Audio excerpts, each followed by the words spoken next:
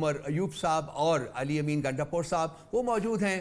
اگر چاہتے ہیں کسی اور سے بات کرنا تو وہ بھی ہم اس کو بھی فیسیلیٹیٹ کر دیں گے, لیکن اس کے علاوہ کوئی چارہ نہیں ہے. میں آپ کی بات کو تھوڑا سا ذرا اور آگے بڑھاؤں گا کہ دیکھیے اگر ہم نے نشاندہی کی ہے کہ جی کچھ لوگ ایسا کوئی کام کر رہے ہیں تو کل کی پریس کانفرنس لے لیجیے, آپ باقی چیزیں بھول جائیں کہ پاسٹ میں کیا ہوتا رہا ہے. جس طریقے سے انہوں نے پی ٹی آئی کو نشانہ بنایا ہے, جس طرح سے انہوں نے ہمیں فسادی ٹولے کے نام سے جانا ہے, جس طریقے سے ہمارے بارے میں کچھ الفاظ جو ہیں وہ استعمال کیے گئے ہیں, ہمارے لیڈران کے بارے میں الفاظ استعمال کیے گئے ہیں, یہ بھی تو مناسب نہیں ہے نا. اس کا ریاکشن تو پھر آتا ہے نا. ہمارے کنٹرول میں وہ ٹویٹر کا ریاکشن نہیں ہے, ہمارے کنٹرول میں سوشل میڈیا کا ریاکشن نہیں ہے, وہ لوگ ہمارے تابع نہیں ہیں, ہم ان کو ہماری when I say social media reaction میں کوئی انڈیویجول اکاؤنٹس کی بات نہیں کر رہا, میں پاکستان تحریک انصاف کے آفیشیل اکاؤنٹس کی بات کر رہا ہوں جو آرمی چیف کی تصویر لگا کے, چیف جسٹس کی تصویریں لگا کے ٹویٹس کر رہے ہیں. تو میں آپ کی آفیشیل پوزیشن کی بات کر رہا ہوں. دیکھیے میں نے جو کچھ کہنا تھا وہ میں نے اپنے پریس کانفرنس میں کہہ دیا ہے. میں نے انڈیویجولز کو ٹارگٹ نہیں کیا, میں نے صرف آئین اور قانون کی بات کی ہے, اور میں نے ان تقاضوں کو پورا کرنے کی بات کی ہے جو کہ آئین اور قانون میں درج ہیں. میرا خیال ہے کہ آگے بڑھنے کے لیے اس سے بہتر کوئی طریقہ نہیں ہو سکتا. تمام پارٹیز کو آئی تھنک ایک انڈکلیئرڈ سیز فائر جو ہے وہ مطلب ان اناؤنسڈ سیز فائر جو ہے نا اس کو ڈکلیئر کرنا چاہیے, اور بات چیت کی طرف بڑھنا چاہیے, انٹریکشن کی طرف بڑھنا چاہیے. معاملات کو آگے بڑھانے کا طریقہ ہماری نظر میں تو صرف یہی ہے, اس سے بہتر پرابلمٹک ایریا جس جگہ پہ آتا ہے وہ یہ ہے, مجھے آج بھی یاد ہے گجرانوالہ کے اندر نواز شریف صاحب نے جب سپیچ کی تھی اور اس وقت کے آرمی چیف اور D G I S I کا نام لیا تھا ایک جلسے کے اندر, تو رات کو جتنے ٹاک شوز ہوئے تھے اس میں پاکستان تحریک انصاف نے مسلم لیگ نون کو غدار تک ڈکلیئر کر دیا تھا. انہوں نے کہا تھا کہ جناب آپ نے ملک کے آرمی چیف کا نام کس طرح لیا, آپ نے ان کے اوپر اس قسم کے الزامات کس طرح لگائے. آج ٹیبل ٹرن ہو چکا ہے. آج پاکستان تحریک انصاف جب یہ سب کچھ کر رہی ہے تو کیا وہی فارمولا استعمال کیا جائے؟ میرا خیال میں تو وہ ناانصافی ہوگی. یا تو پاکستان تحریک انصاف کو آج احساس ہو رہا ہوگا کہ ہم نے اگر اس وقت ایک سیاسی جماعت کے اوپر اس قسم کے الزامات لگائے تو وہ کرنا غلط تھا.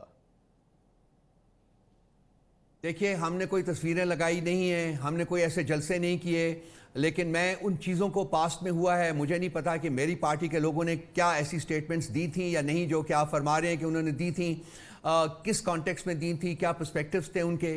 میں فیل کرتا ہوں کہ جی اس وقت ریاست جہاں کھڑی ہے ہم متحمل نہیں ہو سکتے کہ یہ ریاست اور زیادہ اسی انداز میں آگے بڑھے, کیونکہ بہت کمزور ہو چکی ہے. تو ریئلائزیشن جو ہے وہ تمام اطراف میں آنی چاہیے اور بات چیت کی طرف بڑھنا چاہیے. ہم نے اپنے مینیفیسٹو میں آپ دیکھیں گے 2 چیپٹرز لگائے ہیں, ایک تو ٹروتھ اینڈ ریکنسیلیشن کے اوپر ہے, دوسرا ہیلنگ اینڈ نیشن کے اوپر ہے. وہ دونوں چیزیں ہمارے فیوچر کے پلانز میں شامل ہیں. ہم چاہتے ہیں کہ اس ملک, اس ریاست, اس قوم کے زخموں کے اوپر مرہم رکھی جائے, رادر دین کہ نشتر کا استعمال کر کے ان کو اور زیادہ کوریدا جائے تاکہ اور خون ان میں سے رسے. تو یہ موقع آ گیا ہے. میرا خیال بڑے پن کا مظاہرہ کرنا چاہیے تمام لوگوں کو اس بات چیت کو سٹارٹ کرنے کے لیے اور اس بات چیت کو آگے لے جانے کے لیے. میری تو کنٹینشن یہی ہے, منصور صاحب ہمیشہ سے یہی رہی ہے. میں جو ذاتی طور کے اوپر جو تھنک ٹینک چلاتا ہوں وہ بھی نیگوسیشنز میں, وہ بھی ڈائلاگ میں یقین رکھتا ہے. ہم لوگ ڈائلاگز ہی ہولڈ کرتے ہیں, اور ہم یہ بھی میں ذاتی طور کے اوپر یقین رکھتا ہوں کہ جہاں مسائل بہت زیادہ ہوں وہاں ڈائلاگ جو ہے وہ ان انٹرپٹڈ اور ان انٹرپٹیبل ہونا چاہیے. تو میری تو ذاتی طور کے اوپر یہی ایک بیلیف ہے اور میں اسی کا پرچار کرتا ہوں. میں آج بھی فیل کرتا ہوں کہ سارا اس سب بیٹرنس کے باوجود ڈائلاگ کا راستہ جو ہے وہ ہمیشہ کھلا رہنا چاہیے, اور ڈائلاگ ہی وہ واحد راستہ ہے جس سے مسائل حل کیے جا سکتے ہیں. لڑنے جھگڑنے سے, فنگر پوائنٹنگ سے, نیم کالنگ سے نہیں ہوتا سر. اچھا چلیں میں ایک سینیریو آپ کے سامنے رکھ دیتا ہوں. آپ جو ڈائلاگ کی بات کر رہے ہیں, اگر آج آپ کو اس پروگرام کے بعد لیٹ سے آپ کو فون آ جاتا ہے, اسٹیبلشمنٹ سے آپ کو فون آ جاتا ہے کہ جی آئیے بیٹھ کے انگیجمنٹ کرتے ہیں, آپ کی کوئی شرائط ہے؟ دیکھیے جب ہم جائیں گے اگر اس قسم کی کوئی, ایک تو میں let me be very honest with you, I don't think there is a possibility کہ اس قسم کی کوئی انیشیٹو اسٹیج کے اوپر آئے گی, لیکن اگر آ جاتی ہے ہائپوتھیٹیکلی آپ فرما رہے ہیں ٹھیک ہے, تو ہم جائیں گے, ہم بیٹھیں گے اکراس دا ٹیبل. میرا نہیں خیال کہ ہم کو شرائط لے کے جائیں گے, ہم بیٹھ کے بات کریں گے, دیکھیں گے کہ معاملات کس طرف بڑھتے ہیں, اور اس کے بعد اگر کوئی چیزیں ہوئیں گی, کوئی ریزرویشنز ہوں گے تو وہ ہم معاملات کے آگے بڑھنے کے ساتھ ساتھ ان کو پریزنٹ کر سکتے ہیں. جو انیشیشن آف ڈائلاگ ہے وہ میرا خیال ہے کہ شرائط کے بغیر ہو تو وہ بہت زیادہ بہتر ہوتا ہے. ایک اور ایشو جہاں پہ چلیں, یہ تو میرے خیال میں اس پہ کافی ڈیٹیل سے بات ہوگی, ایک اور ایشو جو چل رہا ہے آپ کی اپنی پارٹی کے اندر, اور وہ آج تو میرے خیال میں کافی حد تک پیک پہ چلا گیا ہے, وہ آپ کی پارٹی کے ایک رہنما ہیں شیر افضل مروت صاحب. آج انہوں نے بڑی دھماکےدار قسم کی میڈیا ٹاک کی ہے. ذرا سنیے گا، پھر میں آپ سے سوال کرتا ہوں. سنیے کیا فرما رہے ہیں. کل بھی خان صاحب سے ملاقات کے لیے میں حاضر ہوا. شبلی فراز اور عمر ایوب نے میری یہ ملاقات نہیں ہونے دی. مجھے اس ریس سے آؤٹ ہی سمجھے. مجھے کوئی ایسی کمیٹی کی چیئرمینی ہی نہیں چاہیے. خیبر پختونخوا سے لے کر سندھ تک پاکستان تحریک انصاف کو اس وقت میں نے اٹھایا جس وقت یہ مردہ گھوڑا بن چکا تھا. 8 فروری جب آئی تو یہ لوگ باہر نکل آئے. پہلا ٹارگیٹ میں بنا میرے بھائی خالد لطیف کو ڈی نوٹیفائی کیا گیا. ڈی نوٹیفائی کرنے کا مطلب یہ تھا کہ تذلیل کرنی. مجھ پہ الزامات لگے خان کی جگہ لینا چاہتا ہے. میں اگر کسی کی جگہ لینا چاہتا تو خوشامد کرتا. یہ رؤف صاحب آپ نے ان کی گفتگو سنی. آج تو انہوں نے آپ کے پارٹی کے سیکرٹری جنرل کے اوپر بھی الزام لگا دیا, شبلی فراز صاحب پہ بھی لگا دیا. آپ کے حوالے سے تو وہ آلریڈی ایک ہفتہ پہلے کافی کچھ کہہ چکے ہیں. ان کا نام اب کیا واقعی پبلک اکاؤنٹس کمیٹی کی چیئرمین شپ سے ہٹا دیا گیا ہے یا ابھی بھی ریس میں شامل ہیں؟ یہ وقاص شیخ صاحب کا نام چلا گیا جی. وہ ان کا نام اپروو کر دیا خان صاحب نے اور وہی نام گیا آگے جی. اچھا, تو یہ چلیں ایک چیز تو فائنل ہوگی. دوسرا یہ بھی فرما رہے ہیں کہ جی مجھے ملنے نہیں دیا جاتا اور 2 دفعہ میں نے ملنے کی اٹیمپٹ کی. کیا یہ حقیقت ہے کہ ملنے نہیں دیا جا رہا یا خان صاحب ان سے نہیں مل رہے؟ بالکل کسی نے ان کے راستے میں کوئی روڈے نہیں اٹکائے. ہم اٹکا ہی نہیں سکتے, ہم تو وہاں جا ہی نہیں سکتے جمعرات کے علاوہ. تو یہ بٹوین لاسٹ فرائیڈے جب کہ یہ فیصلہ ہوا تھا اس کے بعد سے تو ہمارا کوئی بندہ پولیٹیکل جو ہے وہ وہاں نہیں گیا. نہ وہاں عمر ایوب صاحب گئے ہیں, نہ ہی شبلی فراز صاحب گئے ہیں, نہ ہی خان صاحب کے ساتھ کوئی کمیونیکیشن ہے. تو ان کا جو کلیم ہے فرینکلی وہ اس کے کھوکھلے پن کا اندازہ اسی سے لگایا جا سکتا ہے. مجھے یہ پتہ چلا ہے, جو ہمارے تک اطلاع پہنچی ہے وہ یہ ہے کہ جی کل بھی انہوں نے ملنے کی کوشش کی, پرسوں بھی, اور وہ خان صاحب کی اپنی پرائیورٹیز ہیں, انہوں نے وہ نہیں مل پائے ان کو, نہیں انہوں ملے ان کو. اس کے بعد انہوں نے یہ کل بھی ملنے کی کوشش کی. آج شاید آج کی بات ہے میرا خیال, آج بھی انہوں نے ملنے کی کوشش کی. آج بھی خان صاحب نے ان سے ملاقات نہیں کی. کل ہم جائیں گے. کل میں نے بھی خان صاحب سے ملاقات کرنی ہے. جمعرات کو ہی ہم جا سکتے ہیں. میرا خیال ہے کہ عمر ایوب صاحب بھی جائیں گے. اگر خان صاحب ہمیں کچھ اس سلسلے میں بتائیں گے تو وہ ہم پھر اس کو پبلک ڈومین میں آ کے اگر وہ کچھ بات شیئر کرنے والی ہوئی تو وہ کر دیں گی. جیسا کہ میں نے پہلے عرض کیا ہے کہ جہاں تک پیک کے چیئرمین کا سوال ہے وہ فیصلہ ہو گیا ہے کہ جی وقاص شیخ صاحب جو ہیں ان کا نام جائے گا. اور جو پارٹی کے بارے میں انہوں نے فرمایا ہے, I beg to disagree with that. Party ہمیشہ وائبرنٹ رہی ہے, پارٹی میں کوئی ڈسیونٹی نہیں ہے. ہاں, جب پارٹی کے معاملات کو پبلک فورم کے اوپر لے جایا جائے گا تو ایک امپریشن کریٹ ہوگا. اینڈ انفارچونیٹلی وہ کام جو ہے سب سے زیادہ یہی شیر افضل مربت صاحب کرتے رہے ہیں اور ہم ان کو سمجھاتے رہے ہیں کہ یہ نہ کریں. پارٹی کے پلیٹ فارمز کے اوپر بیٹھ کے جو بھی آپ نے بات کرنی ہے وہ کریں اور اس کو پبلک ڈومین میں نہ لے کے جائیں. ایک اور چیز رؤف صاحب I hope کہ things settle down. ایک اور چیز سر جو آ رہی ہے, سیٹل ڈاؤن اور یہ معاملات ختم ہو جائیں گے. ایک اور چیز جو سامنے آ رہی ہے وہ یہ بھی ہے کہ شاید شبلی فراز صاحب کو کوئی میسج دیا گیا کہ سعودی ایمبیسیڈر نے کافی ناراضی کا اظہار کیا ہے شیر افضل مروت صاحب کے بیان سے متعلق. یہ حقیقت ہے, کیا ایسا کوئی میسج پہنچا آپ لوگوں کو؟ اس سٹیٹمنٹ میں بھی بالکل حقیقت نہیں ہے. جہاں تک جو حقیقت ہے وہ یہ ہے کہ شیر افضل مروت صاحب نے سعودی رول کے بارے میں in the dismantling of P T I government ایک بیان دیا تھا جس کا حقائق سے دور دور تک کوئی واسطہ نہیں تھا. ہم نے اس کے اوپر ایک سٹیٹمنٹ ریلیز کی تھی, میں نے ہی ریلیز کی تھی اور اپنے آپ کو ڈسوسیٹ کیا تھا اس بیان کے ساتھ. یہ حقیقت ہے اس حد تک جو مجھے پتا ہے. اس کے علاوہ کوئی سٹیٹمنٹ کا کسی کا ذکر نہیں ہوا شبلی فراز صاحب کے کانٹیکسٹ میں. تو میں نہیں سمجھتا کہ اس قسم کی باتیں کرنی بھی چاہیے. ونس اگین جو اگر کو کرنا ہے پلیٹ فارم جو اس کا ہے وہ پارٹی کا پلیٹ فارم ہے, وہ پبلک ڈومین نہیں ہے. یہ معاملات کو ہمیشہ پبلک ڈومین میں لے جاتے رہے ہیں جس کی وجہ سے ایک امپریشن کریٹ ہوا ہے کہ پارٹی کے اندر ڈویژن ہے, حالانکہ پارٹی کے اندر کوئی ڈویژن ایسی موجود نہیں. مائی لاسٹ کویسچن وہ یہ ہے کہ کل 9 مئی ہے, آپ لوگوں نے ریلیوں کا اور احتجاج کا پروگرام بنایا ہوا ہے. شیر افضل مروت صاحب تو کہہ چکے ہیں میرا اب اس سے کوئی تعلق نہیں ہے, آپ لوگ جانیں, آپ کا کام جانیں, آپ لوگ خود ہی احتجاج کریں. تو کون لیڈ کرے گا کل کوئی احتجاج کو؟ شیر افضل مروت صاحب is not in the picture now. یہ جو ہماری ریلیز ہو رہی ہیں جی کانسٹیٹوئنسی لیول کے اوپر لوگوں کی ڈیوٹیز لگا دی گئی ہیں. جو کانسٹیٹوئنسی لیول کے اوپر اگر ایم این ایز ہیں, ایم پی ایز ہیں یا وہ جنہوں نے الیکشن لڑے تھے ان کی رسپانسبلٹیز لگائی گئی ہیں. اپنی کانسٹیٹوئنسی میں وہ لیڈ کریں گے. اسی طرح سے اپنی کانسٹیٹوئنسی میں گور صاحب بھی جائیں گے.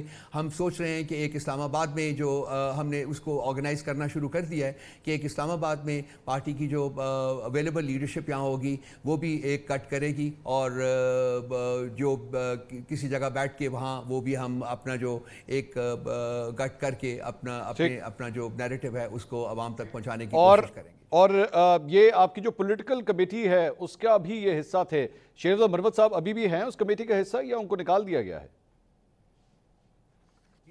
مجھے اپڈیٹڈ پوزیشن جو ہے وہ معلوم نہیں ہے, کل معلوم ہوگی جب میں جاؤں گا خان صاحب کے ساتھ اس سلسلے میں بات کروں گا, وہی فیصلہ کریں گے کہ کیا کرنا ہے. جی میں آپ کو بتا دوں گا. تھینک یو سو مچ رؤف حسن صاحب, ترجمان پاکستان تحریک انصاف ہمارے ساتھ ناظرین موجود تھے. تفصیل سے آپ نے ان کی گفتگو سنی کہ مذاکرات کے حوالے سے اور اگلے 24 گھنٹے میں پاکستان تحریک انصاف کس طرح کا احتجاج کرنا چاہ رہی ہے. جہاں پہ احتجاج کی بات ہو رہی ہے وہیں پہ آج لاہور کے اندر وکلاء کی جانب سے احتجاج کیا گیا اور لاہور ہائی کورٹ کے بالکل سامنے اس کے گیٹ کے سامنے احتجاج ہوا. پولیس کی جانب سے لاٹھی چارج کیا گیا, آنسو گیس کی شیلنگ وہاں پہ کی گئی, کئی وکلاء کو وہاں پہ گرفتار کیا گیا, کئی وکلاء اس کے اندر زخمی بھی ہوئے. اور وکلاء کی جانب سے جو ڈیمانڈ تھی وہ کیا ہیں اور آخر معاملہ یہاں تک کیوں پہنچا ہے. صدر لاہور بار ایسوسیشن منیر حسین بھٹی صاحب اسٹوڈیو کے اندر ہی ہمارے ساتھ موجود ہیں. بھٹی صاحب السلام علیکم. وعلیکم السلام. آپ خیریت سے ہیں؟ ٹھیک ٹھاک ہیں؟ کیا ہو گیا, یہ معاملات اتنے زیادہ کیوں خراب ہو گئے؟ یہ معاملات تو بڑے آرام سے ریزالو ہو سکتے تھے لیکن معاملات یہاں تک کیوں پہنچے ہیں؟ خان صاحب بات یہ ہے, بہت شکریہ کہ آپ نے ہمارے اس مسئلے کو اجاگر کیا. میں نے 2024 میں جب میں نے 13 جنوری کو ٹیک اوور کیا تو مجھ سے پہلے دسمبر میں پچھلی جو کیبنٹ ہے وہ اس کے اوپر احتجاج کر رہی تھی مختلف ایشوز کے اوپر جو وکلاء کے خلاف دہشت گردی کے مقدمات جھوٹے اور بے بنیاد قائم کیے جا رہے تھے. اور چونکہ میں یہ سمجھتا ہوں کہ اس ملک میں رول آف لا اور دستور کی بالادستی کے لیے جو ایک ہی آواز ہے جو ہر طرف سے اٹھتی ہے اور وہ لائر کی آواز ہے. آپ کو پتہ ہے بے شک وہ پاکستان کی تحریک ہو, بے شک وہ یہاں 2007 والی ججز بحالی کی تحریک ہو, تو ایک واحد طبقہ رہ گیا ہے جو پاکستان میں جو پاکستانی عوام کی اس گھٹن کے ماحول میں ایک رے آف ہوپ کے طور پہ سمجھی جاتی ہے.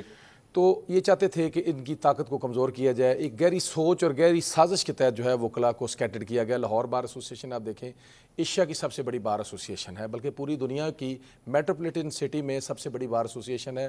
میری بار کے 49,000 ممبر ہیں, بلکہ 60,000 لوگوں کو ہم ڈیلی سے لیکن بھٹی صاحب جو اعتراض کیا جا رہا ہے وہ اس بات کا ہے کہ اصل مدعا یہ ہے کہ وکلاء کو یہاں سے سول کورٹس میں چونکہ مال ٹاؤن شفٹ کیا جا رہا ہے تو ٹریول کرنا پڑ جائے گا. اس ٹریولنگ سے جو ہے یہ بڑی زبردست بات ہے. میں جو آپ کو بتانا چاہوں گا, آپ کے توسط سے پورے لوگوں کو بتانا چاہوں گا کہ مسئلہ ہے کیا. بات یہ سر پوری دنیا میں یہ میری ریسرچ ہے کہ میٹروپولیٹن سٹیز جتنے بھی دنیا میں ہوتے ہیں وہاں کورٹس کا کلسٹر ایک جگہ پہ ہوتا ہے. Even in Pakistan planned metropolitan cities planned اس کے پیچھے لاہور کا میٹروپولیٹن جو ہے وہ پلانڈ نہیں ہے. سر کوئی بات نہیں, میں عرض کرتا ہوں سر, آپ دیکھیں کہ کراچی کا سٹی بھی جو ہے وہ پلانڈ سٹی نہیں ہے. ٹھیک ہے, 4 اضلاع کی جو کورٹس ہیں ان کا کلسٹر ایک جگہ پہ ہے. اچھا, اسی طرح سے اسلام آباد جو ہے وہ پلانڈ سٹی ہے, چندی گڑھ کے بعد وہ پلانڈ سٹی ہے. چندی گڑھ میں بھی 2 صوبوں کی کورٹس ایک جگہ پہ, چیف جسٹس بھی ایک ہے, کورٹس کا کلسٹر ایک ہے. اسی طرح سے ہریانہ کا اور پنجاب کا, اسی طرح سے اسلام آباد میں 2 اضلاع کی جو کورٹس کا کلسٹر ہے ایک جگہ پہ, دونوں سیشن جج ایک ہی جگہ پہ بیٹھتے ہیں اور ساری ایڈمنسٹریشن بھی ایک ہی جگہ پہ بیٹھتی ہے. اس کے پیچھے وزڈم کیا ہے؟ وزڈم یہ ہے جو بڑے ہمارے تھنک ٹینکس ہیں لا کے حوالے سے وہ یہ سمجھتے ہیں کہ رشی روڈز کے اوپر جو وکیل کا وقت ضائع ہوتا ہے وہ بیسیکلی لیٹیگنٹ کا وقت ضائع ہوتا ہے.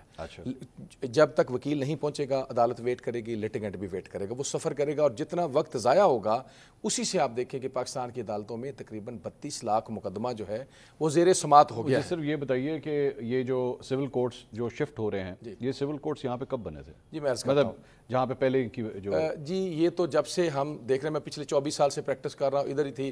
اس سے 50 سال پہلے آج میں ہمارے ایک بزرگ ہیں ان سے میں ملا تو ان کو میں نے پوچھا, انہوں نے کہا جی یہ شروع سے یہ شروع سے 47 سے یہاں پہ 47 سے 47 یعنی کہ 76-77 سال اگر ہو چکے ہیں اس میں آبادی کہاں سے کہاں جا چکی ہے. لیکن ہم پھر بھی یہ کہیں کہ نہیں یہ کورٹس یہیں پہ موجود رہے ہیں, ذاتی نہیں.